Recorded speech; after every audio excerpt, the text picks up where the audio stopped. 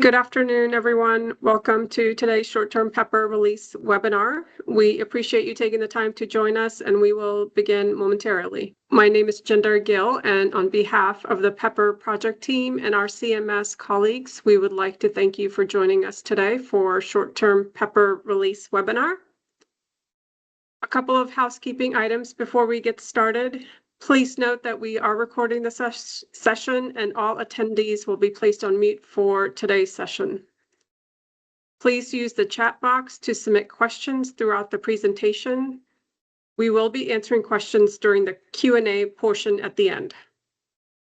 For anyone who prefers captions or needs them for accessibility, Microsoft Teams does offer a built-in closed captioning feature. To enable captions during the webinar, click on the More options, the three dots in your meeting controls. Select Turn on Live Captions, and then captions will appear at the bottom of the screen. Additionally, if you have questions you would like to ask after this session is complete, you can email your questions to cms_cbrpepper@cms.hhs.gov. Today's presentation will cover an overview of the short-term acute care hospital PEPPER and the new PEPPER portal, and then we will answer questions before closing. To get started, I would like to introduce Hannah Klein, who will provide an overview of PEPPER and more details on the recent short-term PEPPER release.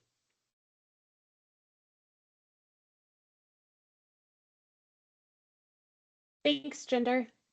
Hello, and thank you to everyone for joining us today. Let's start with a brief overview of what is a Program for Evaluating Payment Patterns electronic report, otherwise known as PEPPER.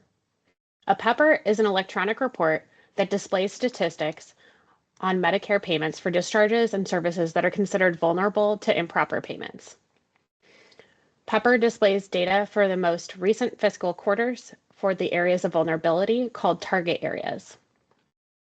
The latest short-term acute care hospital PEPPER, or short-term PEPPER, was released on December 10th, 2025, and provides data for Q3 fiscal year 2023 through Q3 fiscal year 2025. This short-term PEPPER was generated for hospitals with at least 11 claims for at least one of the target areas included in the report. Please note that at this time, PEPPER is only available for short-term acute care hospitals, and CMS is working to release PEPPERs for additional facility types later in 2026.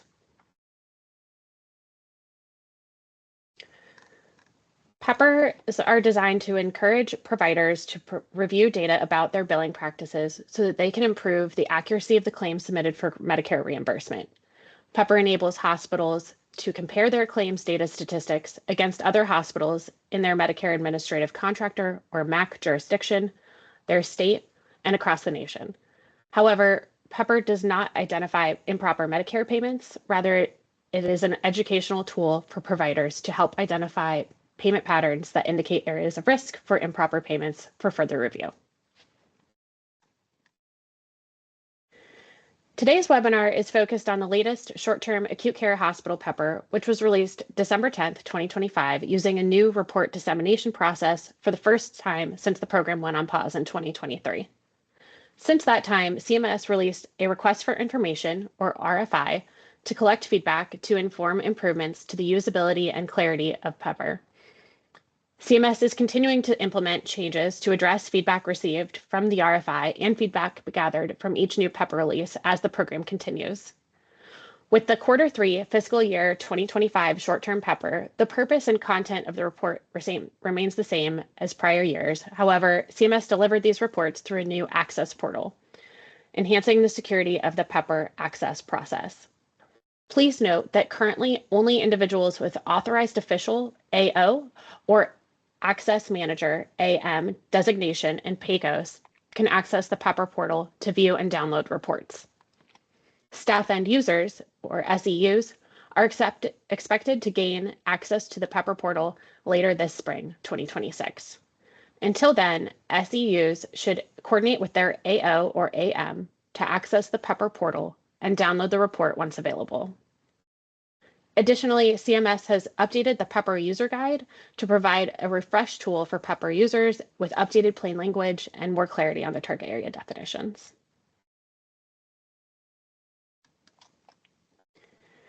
PEPPER displays information on hospital payment patterns for specific areas of potential risk for improper Medicare payments called target areas. These target areas were identified through reviews by the Quality Improvement Organization and studies by the Office of Inspector General, and these target areas may change over time as we learn more about new areas at risk for improper payments. The short-term PEPPER target areas are constructed as a ratio. The numerator captures discharges identified as potentially problematic, while the denominator captures the larger reference group. For the Q3 fiscal year 2025 short-term PEPPER, there were a few updates to the target area definitions due to changes in the code sets. The surgical complication and comorbidity, major complication and comorbidity, or surgical CC/MCC target area, was updated to reflect the removal of diagnosis-related group, or DRG, 246 and 248, beginning with Q1 fiscal year 2024. These codes were replaced with DRGs 321 and 322.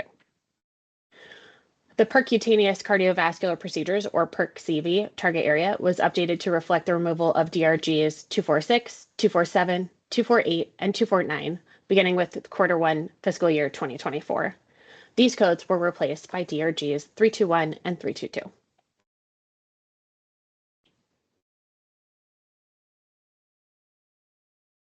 Within the short-term PEPPER, there are 24 target areas. The coding-focused target areas are the first 10 target areas that appear in the report. These include stroke intracranial hemorrhage, respiratory infections, simple pneumonia, septicemia, unrelated OR procedure, medical CC or MCC, surgical CC or MCC, single CC or MCC, severe malnutrition, and ventilator support. For these target areas, the PEPPER report identifies both high and low outliers.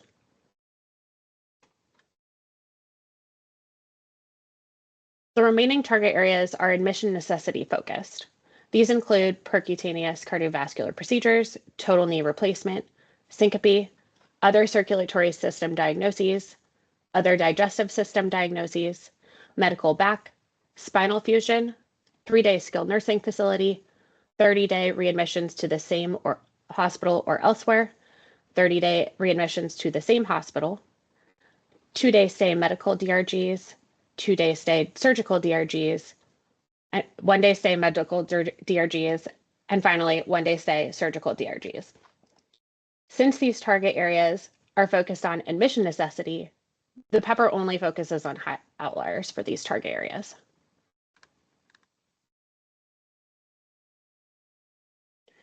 So to show an example of how a PEPPER target area is calculated, we will walk through a calculation of the stroke intracranial hemorrhage target area. In this example, the hospital had 24 discharges that contained DRGs listed for the numerator criteria and 27 discharges that contained DRGs for the denominator criteria. As such, the stroke ICH target area percent for this hospital is 88.9%. In comparison, for this same quarter, the national 80th percentile was 93.4%, and the national 20th percentile was 77.1%. Since this hospital's percentage was 88.9%, and this is greater than 77.1, but less than 93.4, this hospital is considered not an outlier for the stroke ICH target area.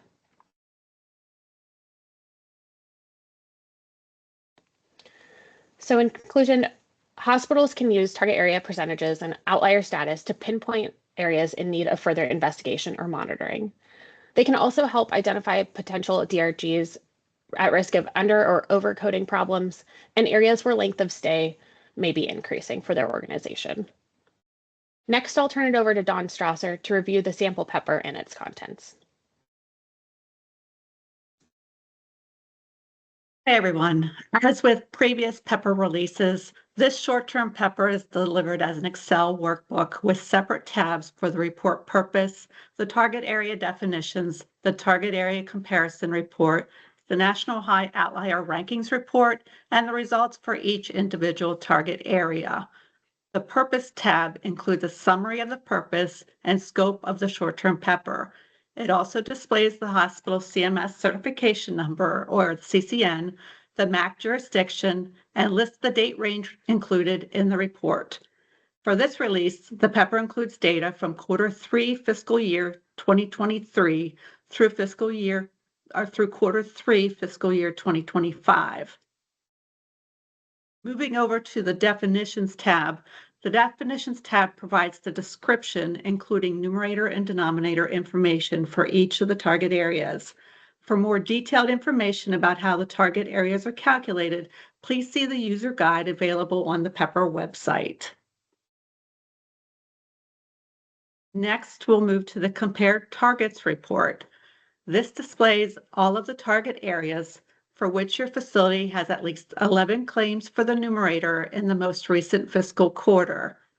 For this report, that would be Q3 fiscal year 2025 or April 2025 through June 2025. If a hospital has more than 11 discharges that meet the target area numerator definition during the quarter, then this report will display the number of discharges, the metric rate, the percentiles when compared to the nation, the hospital jurisdiction, and the state, as well as the sum of payments for that target area. If a hospital is a high outlier for the target area, then the percent will be indicated in a red, bold font. If a hospital is a low outlier for the target area, then the percent will be indicated in a green italic font, while non-outliers are displayed in black regular font. The Outlier Rank tab includes the National High Outlier Ranking Report, which displays a comparison of a hospital to all other short-term acute care hospitals in terms of outlier status.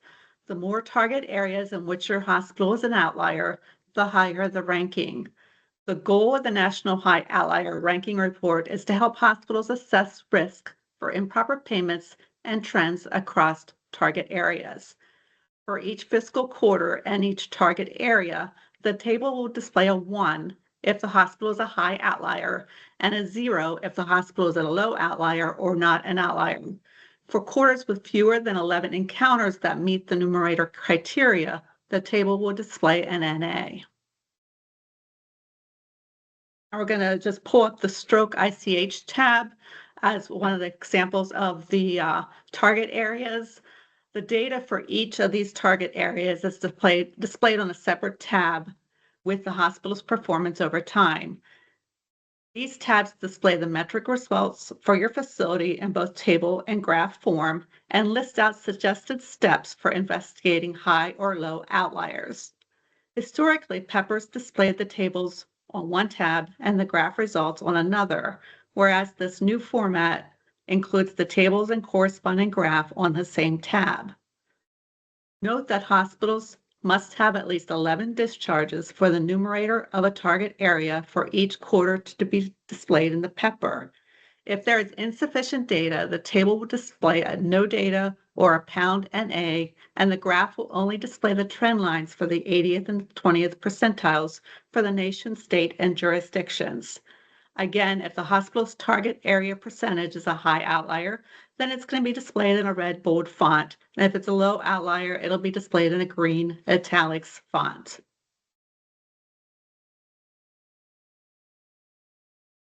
For the admissions necessity-based target areas, only the 80th percentile is displayed in the comparative data table and subsequent report. Now we're going to go over to the one-day stay medical, and this also will include information on the one-day surgical DRG. For the one-day stay medical and one-day stay surgical DRG target areas, the target area tab also includes information about the top DRGs for the hospital and the hospital's jurisdiction. The hospital top DRGs table displays the top 20 ranked DRGs for which there is a total of at least 7 or 11 same-day and one-day stays for the respective DRG during the most recent 4 fiscal quarters. If multiple DRGs share the same rank, all tied DRGs will be displayed. If there are no quarters, then no data will display in the total. For each DRG, the table counts the DRGs, regardless of the length of stay, the proportion of same or one-day stays compared to all discharges, and the average length of stay for the DRG for the hospital. The table also displays the count of same and one-day stays for all the medical or surgical DRGs, the total number of discharges for all the medical and surgical DRGs, the proportion of same or one-day stays, and an average length of stay for all medical or surgical DRGs. The PEPPER will also display the top DRG information for the MAC jurisdiction for comparison, the bottom of the report. Now I'm going to turn it back over to Hannah to review the website portal.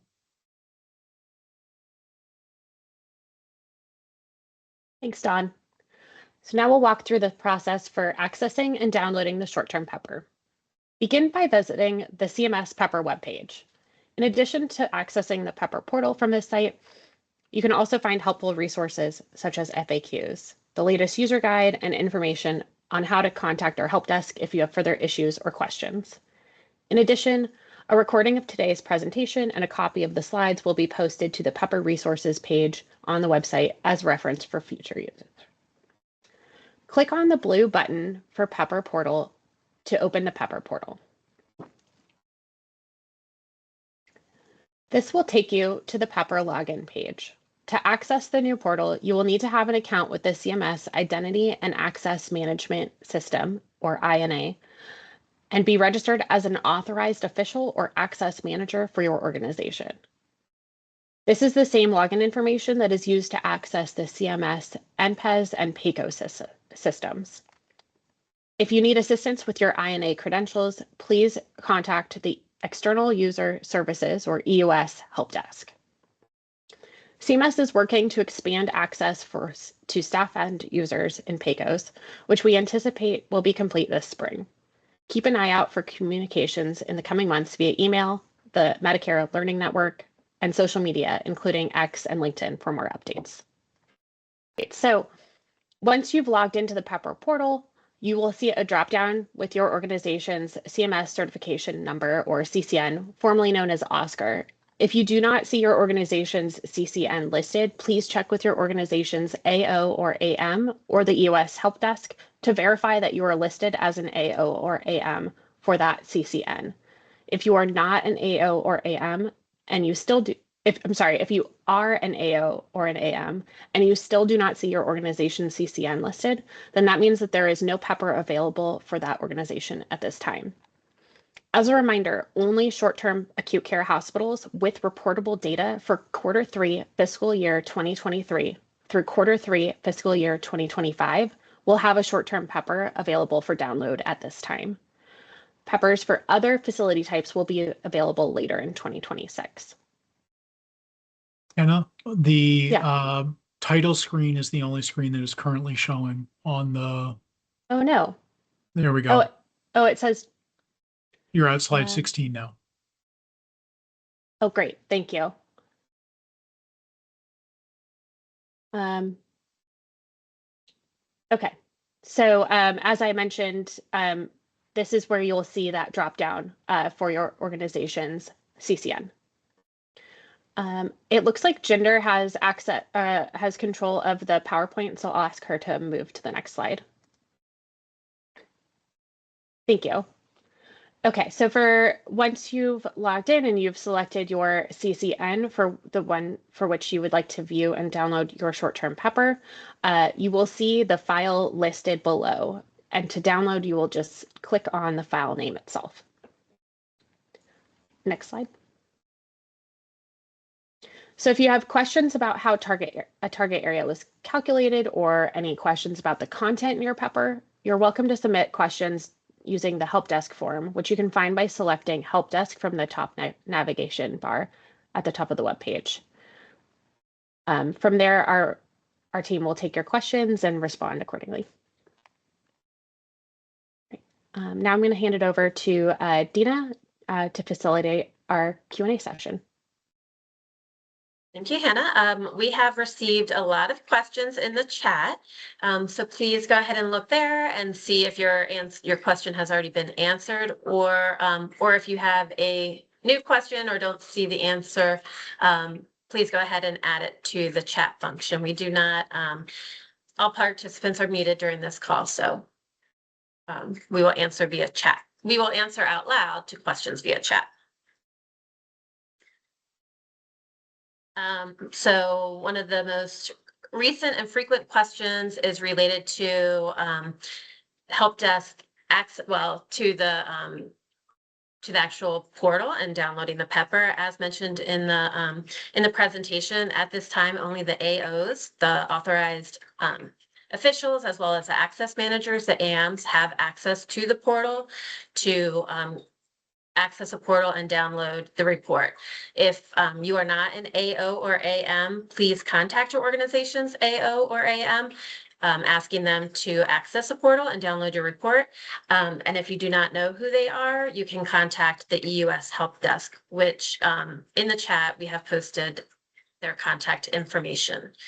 And I did see a question in here about whether or not the portal help desk. Only at this time, the AOs and AMs have access to the help desk within the portal, but you can email the CMS help desk through the CMS_CBR PEPPER at cms.hhs.gov, and we will post that in the chat as well. Also, staff end users. We are working on getting staff end users access this spring. So please keep an eye out for communications on that. I think Hannah or Dawn mentioned that we will send email communications as well as post through the Medicare Learning Network, as well as post on X and LinkedIn.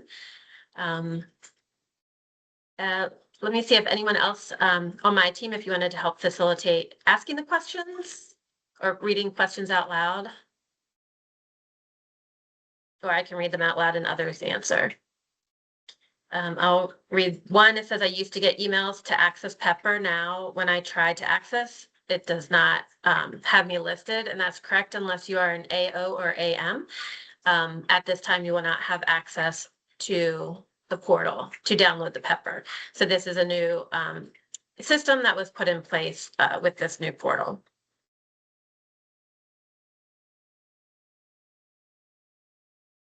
There's a question about, I just lost it, but is there a link that the AO can use to grant access to me to be the AM? And that's something you have to go through the INA system to do that. I believe you as an individual have to go through their portal and answer all the necessary questions. And then the link goes directly to the AO to approve or disapprove who has access or what permissions you have.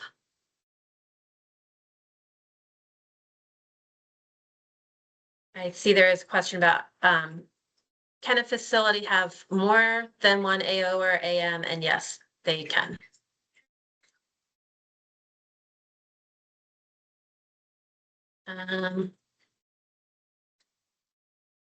I see that there is some frustration with the EUS help desk not being able to help with identifying who the AM or AO is. If, and I see you are also going through the process of becoming an AO AM yourself.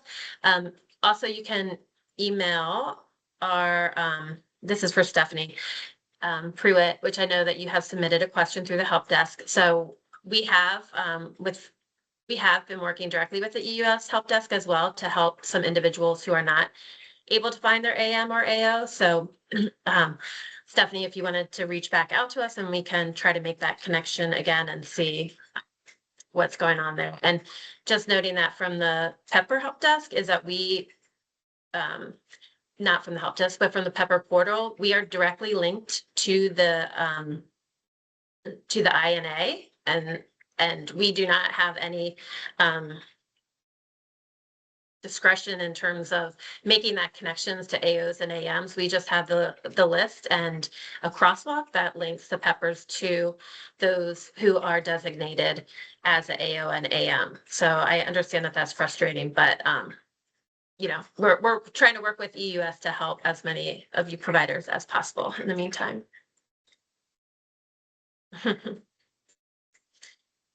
Hannah or others have any other types of questions that have come through? Yeah, it looks like some folks are trying to get into the portal and having troubles. We'll work with our team to see if there's anything we can do to update that, but please check back later. It could be that it's overloaded with users trying to log on at this point. There are multiple questions regarding access to the FAQs or user guides or the recordings without having a login. And yes, you are able to access the Pepper website without logging in. So that website is posted in the chat, but it's pepper.org. And you should be able to access the general information about the Pepper FAQs and user guides. There was one question about will the Pepper be available for critical access hospitals? And yes, this release was just for the short-term acute care hospitals. Critical access hospital and the other facility types will become available later in 2026. And I think as noted, I just wanted to mention again is that CMS is working to get access to the staff end users in the spring. So, you know, in the coming months, you won't have to work with your AO and AM to access that. And I do believe that there may be some additional permissions that need to be accepted by your AO or AM going forward, but there will be communications that are sent out with those instructions. And do we see any other questions? I see one question from Gail. I have access to 2 of our 5 hospitals. How do I get access I need? And with this, it's the same, that it's dependent on who is listed as the AO or AM for those specific hospitals. And those are the folks that would have access at this time.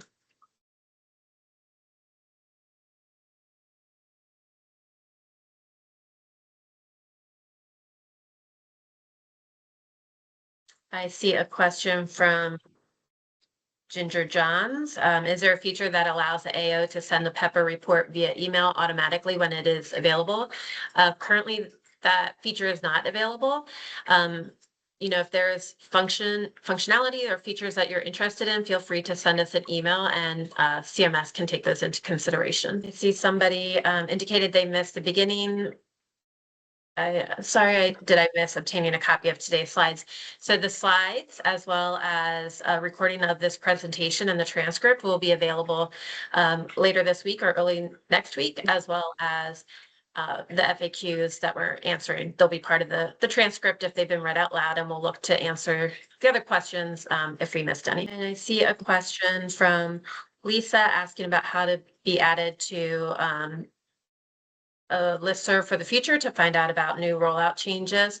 The current communications that went out for this release went to the AOs and AMs that were in the system at the time of the release, as well as to a former PEPPER listserv that was used prior to the pause in 2023. Along with communications through the Medicare Learning Network, as well as posted on X and LinkedIn. We'll work with CMS to post a function to add your name to a listserv so we can send those out in the future to those interested.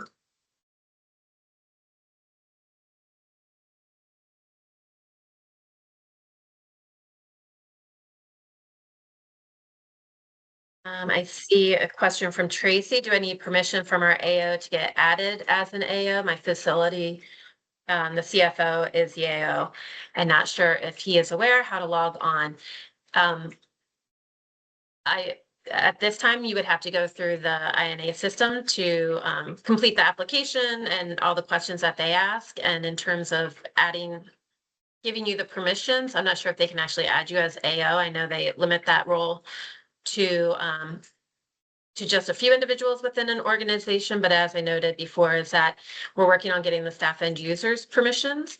Also, if you know who your AO is, please reach out to them and ask them, for at least for this release, to please access the portal and download the report and share it with you.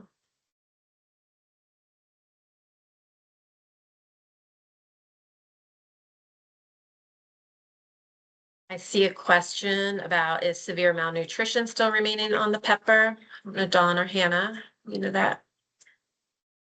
Oh, I see. Somebody said yes, it is. Yeah. Yes, it Yes. still remains. Yes, still remains.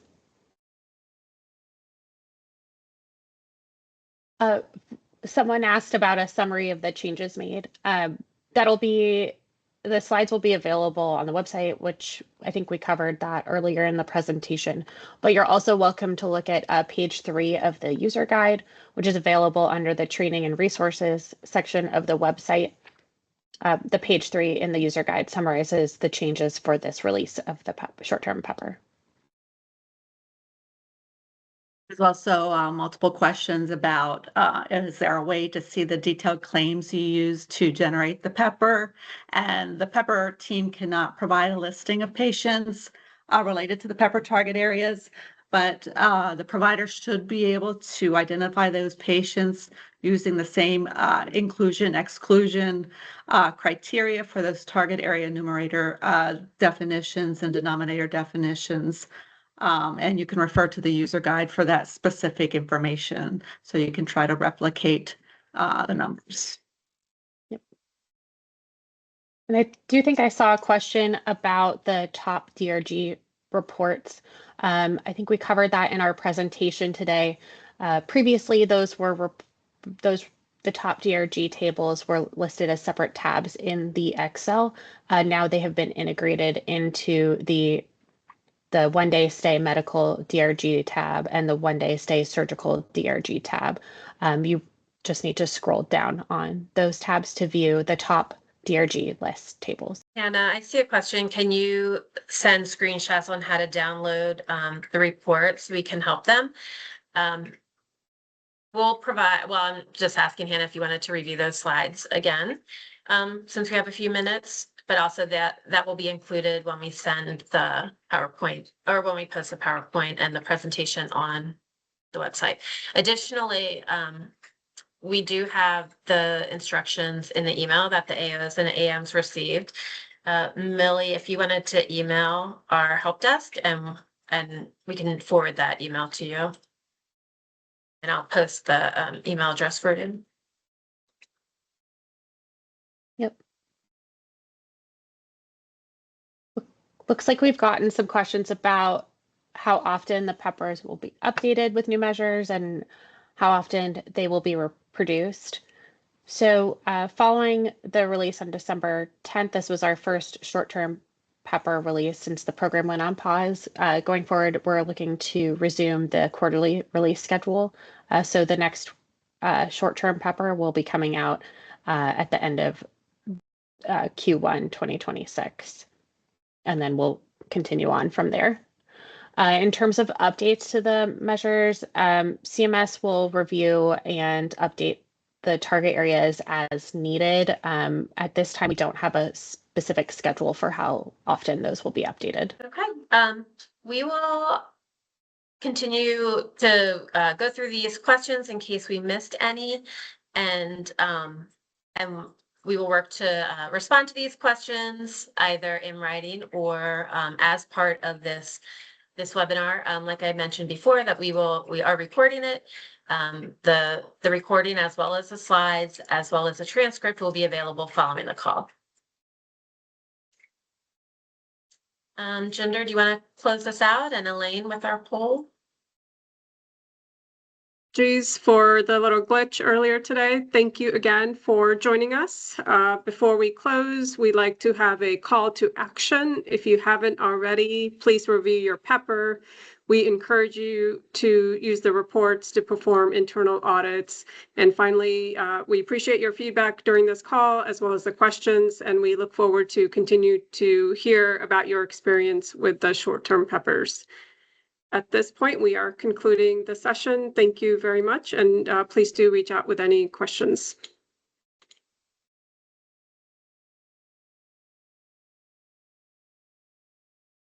Thank you.